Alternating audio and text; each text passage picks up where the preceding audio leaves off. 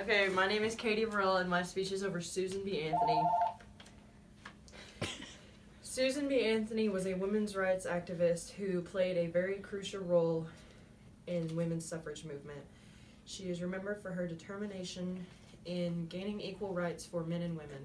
Susan worked hard to achieve this goal and many others in her lifetime. Susan B. Anthony was born on February 15, 1820 in Adams, Massachusetts. She was raised in a Quaker household, which helped her develop a sense of passion for justice and fairness for women. Susan later became a teacher where she taught for 15 years. She then started joining temperance rallies, but she could not speak at them because she was a woman. Susan ignored the sexist remarks and opposition to which was thrown at her for lecturing across the country. She later met an acquaintance named Elizabeth Cady Stanton. This friendship is what led Susan to joining the women's rights movement. The first real accomplishment earned was convincing the University of Rochester to admit women in 1900. Anthony continued to reach goals like this for the rest of her life. In 1846, she took the position of the head of the girls' department at Canajoharie Academy on her first real job. In 1853, at the Teachers' State Convention, Anthony argued for better teacher pay for women and for women to be able to make many positions.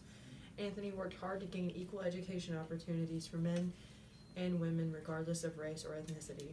She fought against the power of enslaved African Americans not being admitted into any university. Enslaved children were also a big factor on her mind. She campaigned for children of all races, regardless of enslaved or not, be allowed into public schools. Anthony later served on the Board of Trustees of Rochester State Industrial School, where she fought diligently to gain equal treatment and education for boys and girls. During the same time, she raised $50,000 in pledges to admit women into the Rochester Board of Education. Susan worked very hard for all of her accomplishments she got in her lifetime. At the age of only 17, she was collecting anti-slavery petitions. Anthony had smart strategies which helped her obtain these goals. She was a strong and successful leader in her lifetime. She fought many government regulations such as the 14th and 15th Amendments because they did not include women's suffrage.